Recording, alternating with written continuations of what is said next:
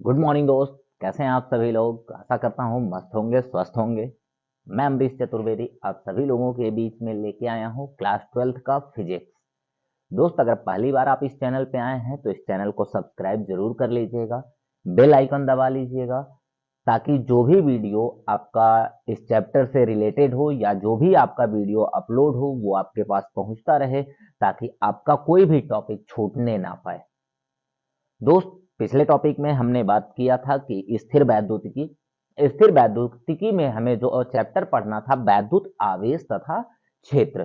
तो उसके टॉपिक हमने पढ़े थे कि हमें इस पूरे चैप्टर में क्या क्या पढ़ना है। उसकी स्टार्टिंग दोस्त आज हम क्या करते हैं दोस्त, हमने पहले ही बताया था कि सबसे पहले कि स्थिर वैद्युतिकी हमारा जो टॉपिक है वो क्या है? स्थिर वैद्युतिकी है। स्थिर का मतलब होता है रुका हुआ, वैद्युतिकी का मतलब आप जानते ही हैं, मतलब रुका हुआ आवेश। दोस्त, हम बात करेंगे रुके हुए आवेश का। मतलब क्या होता है कि एक ऐसा विज्ञान जिसके अंतर्गत हम रुके हुए आवेशों का अध्ययन करते हैं, वो क्या कहलाता है दोस्त? स्थिर वैद्युतिकी कहलाता है।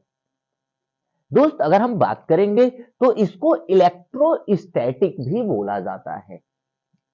क्या बोला जाता है? इलेक्ट्रोस्टैटिक। इलेक्ट्रो का मतलब होता है चार्ज या आवेश, मतलब इलेक्ट्रो का जो अभिप्राय हो गया वो हो गया आवेश। और स्टैटिक का मतलब अगर आप देखेंगे, स्टैटिक का अभिप्राय अगर आप देखेंगे तो इसका मतलब होता है एट रेस्ट, मतलब रुका हुआ। बातें वही हैं कि एक ऐसा विज्ञान जिसके अंतर्गत हम रुके हुए आवेशों का अध्ययन करते हैं, वो क्या कहलाता है? स्थिर वैद्युतिकी कहलाता है। दोस्त, हम पहले चैप्टर की बात करते हैं। पहला जो चैप्टर हमारा है वो है वैद्युत आवेश तथा क्षेत्र। वैद्युत आवेश तथा क्षेत्र में हमारा जो पहला टॉपिक है वो है आवेश। अब सबसे पहले दिमाग में, हमने पहले ही बताया था, दिमाग में आएगा कि आवेश होता क्या है। तो आवेश क्या है? तो जो आवेश है वह किसी भी पदार्थ का वह भौतिक गुण होता है जिसके कारण वैद्युत क्षेत्र या चुंबकीय क्षेत्र उत्पन्न किया जा सकता है। क्या क्या? वैद्युत क्षेत्र या चुंबकीय क्षेत्र उत्पन्न किया जा सकता है या इनके प्रभावों का अनुभव किया जा सकता है। क्या कहलाता है? हमारा आवेश कहलाता है। यह एक गुण है। अब आपको भी पता होगा, वैद्युत क्षेत्र और चुंबकीय क्षेत्र या तो ये उत्पन्न करेगा या तो क्या करेगा? ये अनुभव करेगा। अभी एग्जाम्पल की अगर हम बात करें तो किसी भी चीज में अगर आवेश होगा और उसको हम वैद्युत क्षेत्र में रखेंगे तो वो उसमें कोई ना कोई बल जरूर कार्य करेगा। अब वो बल आपका आकर्षण भी हो सकता है और वो बल हमारा प्रतिकर्षण भी हो सकता है। दोस्त, इसे हम क्यू से प्रदर्शित करते हैं। किसे प्रदर्शित किया जाता है? इसको हम क्यू से प्रदर्शित करते हैं। अब आपको अपने कक्षा 10 में एक फॉर्मूला पढ़ा होगा, वही फॉर्मूला सेम यहां भी है। हमारा फॉर्मूला होता है आवेश बराबर धारा गुणे समय। अब आवेश की बात करेंगे तो आवेश को हम क्यू से प्रदर्शित करते हैं। अगर हम धारा की बात करेंगे तो आई से प्रदर्शित करते हैं और समय को टी से प्रदर्शित करते हैं। तो मतलब हमारा फॉर्मूला बन गया Q बराबर I इंटू टी। दोस्त, अगर हम इसके मात्रक की बात करेंगे तो इसका मात्रक अगर हम निकालें तो धारा का मात्रक एम्पियर, समय का मात्रक सेकंड, मतलब इसका मात्रक हो गया एम्पियर गुणे सेकंड, या इसी को हम कूलाम बोलते हैं। तो कूलाम जो होता है, यह जितने भी क्वेश्चन आपको लगाने हैं वह हमेशा कूलाम में ही क्या करने हैं? लगाने हैं। ज्यादातर क्वेश्चन हमें कूलाम में ही क्या करने हैं? सॉल्व करने हैं। लेकिन एक चीज दिमाग में रखिएगा, जरूरी नहीं है कि आपका जो क्वेश्चन हो वो कूलाम में ही आए।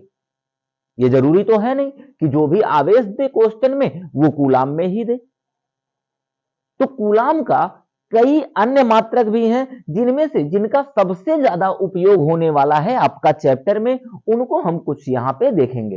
पहला है हमारा मिली कूलाम। मतलब 1 मिली कूलाम बराबर होता है 10 के घाते -3 कूलाम। मतलब अगर आपका क्वेश्चन मिली कूलाम में दिया हुआ है तो इसको सबसे पहले हम कूलाम में बदलेंगे। लेकिन कूलाम में बदलेंगे कैसे?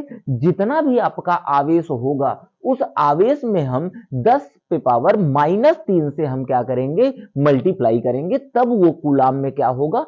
कन्वर्ट होगा। अगर हम दूसरे पॉइंट की बात करें तो हमारा दूसरा पॉइंट है हमारा माइक्रो कूलाम। ये जो माइक्रो कूलाम है लगभग 80% क्वेश्चन में आपको माइक्रो कूलाम यूज होने वाला है। 1 माइक्रो कूलाम बराबर होता है 10 के घाते -6 कूलाम। अगला जो हमारा मात्रक है वो है हमारा पीको कूलाम। 1 पीको कूलाम बराबर होता है 10 के घाते -12 कूलाम, या 1 नैनो कूलाम बराबर होता है हमारा 10 के घाते -9 कूलाम। दोस्त अगर हम बात करेंगे तो सबसे पहले हमें इनको क्या करना पड़ेगा? कन्वर्ट करना पड़ेगा कूलाम में, फिर हमें क्वेश्चन को क्या करने हैं? हल करने हैं।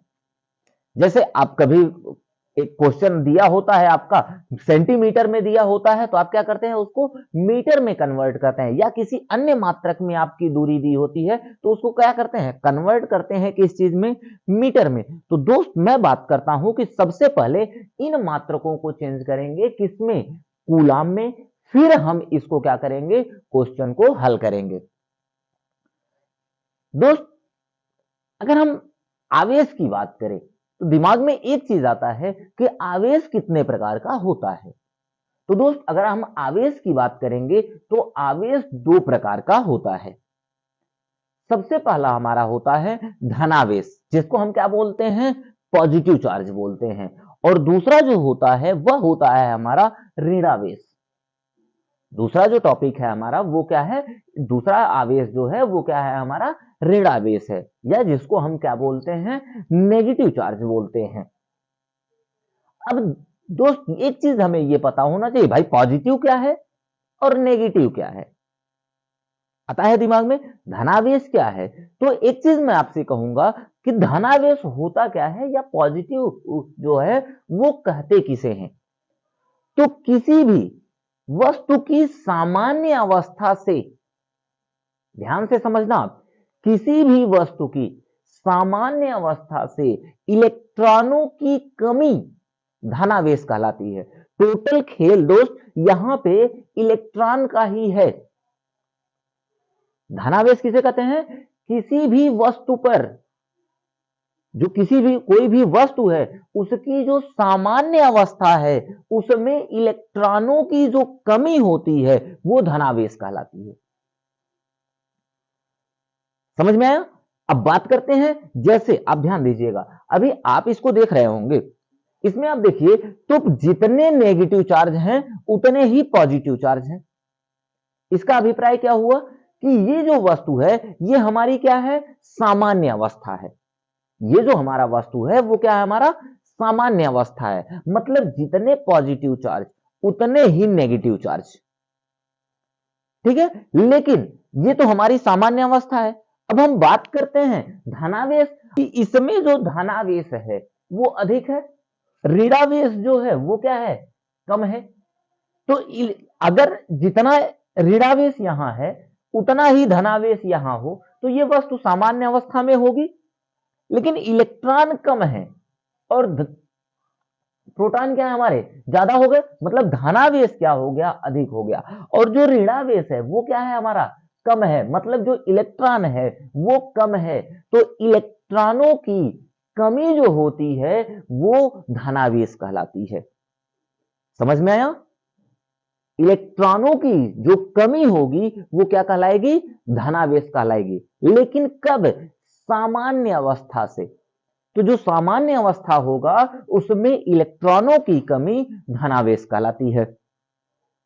नेक्स्ट टॉपिक की बात करेंगे। नेक्स्ट पॉइंट हमारा है ऋणावेश। सेम चीजें वही हैं।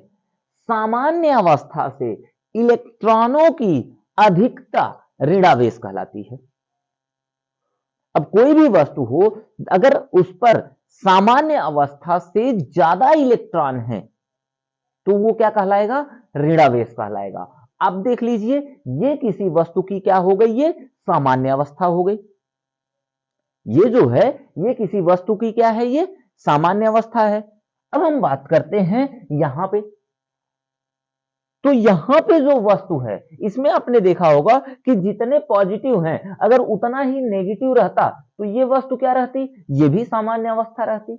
लेकिन इसमें आप देख रहे हैं कि इलेक्ट्रॉन अधिक है, इलेक्ट्रॉन क्या है, अधिक है। तो इलेक्ट्रॉनों की जो अधिकता होती है उसको क्या कहा जाता है दोस्त, उसको ऋणावेश बोला जाता है। मतलब इलेक्ट्रॉनों की जो कमी है वो धनावेश कहलाती है, इलेक्ट्रॉनों की जो अधिकता है वो ऋणावेश कहलाती है। यहां तक समझ में आया? अगर कोई भी कंफ्यूजन होगा तो आप इस टॉपिक को एक बार और रिपीट करके देख लीजिएगा, पूरी तरीके से दिमाग आपका क्या हो जाएगा, क्लियर हो जाएगा कि इसमें कि इलेक्ट्रॉन की कमी या अधिकता। ठीक है दोस्त, हम बात कर रहे थे, हमारा जो टॉपिक है वो क्या है, आवेशों के प्रकार तथा गुण। अब आवेशों के प्रकार तो हमने देख लिए, अब आवेशों के गुण की बात करते हैं। तो आवेशों का जो गुण होता है वो क्या क्या होता है। तो सबसे पहला अगर गुण की बात हम करेंगे तो गुण जो है हमारा वो क्या है कि जो सजातीय आवेश होते हैं, क्या होते हैं, सजातीय आवेशों के बीच में हमेशा प्रतिकर्षण होता है। सजातीय मतलब स मतलब हो गया समान, जातीय मतलब हो गया एक तरीके के। मतलब क्या हो गया कि अगर एक ही तरीके के आवेश हैं तो उनके बीच में हमेशा कौन सा बल कार्य करेगा, प्रतिकर्षण बल कार्य करेगा, या उनके बीच में हमेशा प्रतिकर्षण होगा। एग्जाम्पल की बात करें कि जैसे अगर पॉजिटिव पॉजिटिव है तो इनके बीच में हमेशा क्या होगा, प्रतिकर्षण होगा। नेगेटिव नेगेटिव है तो इनके बीच में हमेशा क्या होगा, प्रतिकर्षण होगा। दूसरा पॉइंट हमारा है विजातीय आवेशों के बीच में आकर्षण होता है। किसके बीच में, विजातीय, बी मतलब होता है नहीं, जातीय मतलब होता है एक समान। मतलब जो एक समान ना हो उनके बीच में हमेशा क्या होगा, आकर्षण होगा। अगर हम एग्जाम्पल की बात करेंगे कि एग्जाम्पल में अगर आप देखेंगे तो पॉजिटिव नेगेटिव या नेगेटिव पॉजिटिव, मतलब दोनों अलग अलग होने चाहिए। या तो एक पॉजिटिव हो एक नेगेटिव हो, या तो एक अगला नेगेटिव हो एक पॉजिटिव हो, इनके बीच में हमेशा क्या होगा, आकर्षण होगा। मतलब विजातीय आवेशों के बीच में हमेशा क्या होता है, हमेशा विजातीय आवेशों के बीच में आकर्षण होगा। अगर हम अगले टॉपिक की बात करेंगे तो अगला इसका गुण है वो ये है कि जो यह किसी भी वस्तु का जो वेग होता है उसके ऊपर निर्भर नहीं करता। मतलब ऐसा नहीं है कि मान लीजिए हमारा सोडियम है, सोडियम पे +1 चार्ज हो गया, तो सोडियम पे +1 चार्ज है तो उसको हमने क्या किया, हमने उसको घुमा दिया तेजी से, अब उसमें वेग उत्पन्न हो गया। अब वेग उत्पन्न हो गया तो आवेश बढ़ जाएगा या कम हो जाएगा, ऐसा कुछ नहीं है। कहने का अभिप्राय यह है कि जो वस्तु होगा, जो वस्तु पर आवेश होगा वह उनके वेग पर कभी भी निर्भर नहीं करेगा। अगले टॉपिक की बात करेंगे तो आवेश हमेशा हमारा स्थानांतरित होता रहता है। मतलब एक प्लेस से दूसरे प्लेस तक ये जा सकता है, एक वस्तु से दूसरे वस्तु में ये जा सकता है। तो आवेश जो होता है वह हमेशा स्थानांतरित होता है। अगले की बात करेंगे हम तो आवेशों का हमेशा क्वांटीकरण होता है।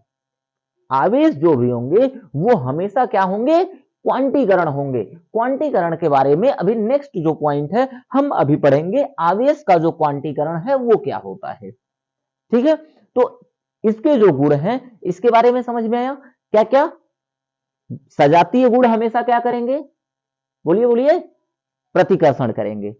विजातीय गुण क्या करेंगे, विजातीय गुण हमेशा क्या करेंगे, आकर्षण करेंगे। मतलब अगर पॉजिटिव पॉजिटिव हुआ तो प्रतिकर्षण, नेगेटिव नेगेटिव हुआ तो प्रतिकर्षण, पॉजिटिव नेगेटिव। अब विजातीय अगर आवेश हुए तो विजातीय आवेश हमेशा क्या करेंगे, आकर्षण करेंगे। जैसे मान लीजिए पॉजिटिव नेगेटिव है तो इनके बीच क्या होगा, आकर्षण, या नेगेटिव पॉजिटिव है तो इनके बीच में क्या होगा, बोलिए, इनके बीच में हमेशा क्या होगा, आकर्षण होगा। अभी जस्ट आया है दोस्त क्वांटीकरण। क्वांटीकरण क्या होता है, या कहीं कहीं इसको आपको क्वांटमीकरण भी देखने के लिए मिल जाएगा। तो आखिर ये होता क्या है, क्वांटीकरण क्या होता है? तो दोस्त मैं आपको एक चीज कहना चाहूंगा, आवेश का जो क्वांटीकरण होता है वह होता क्या है।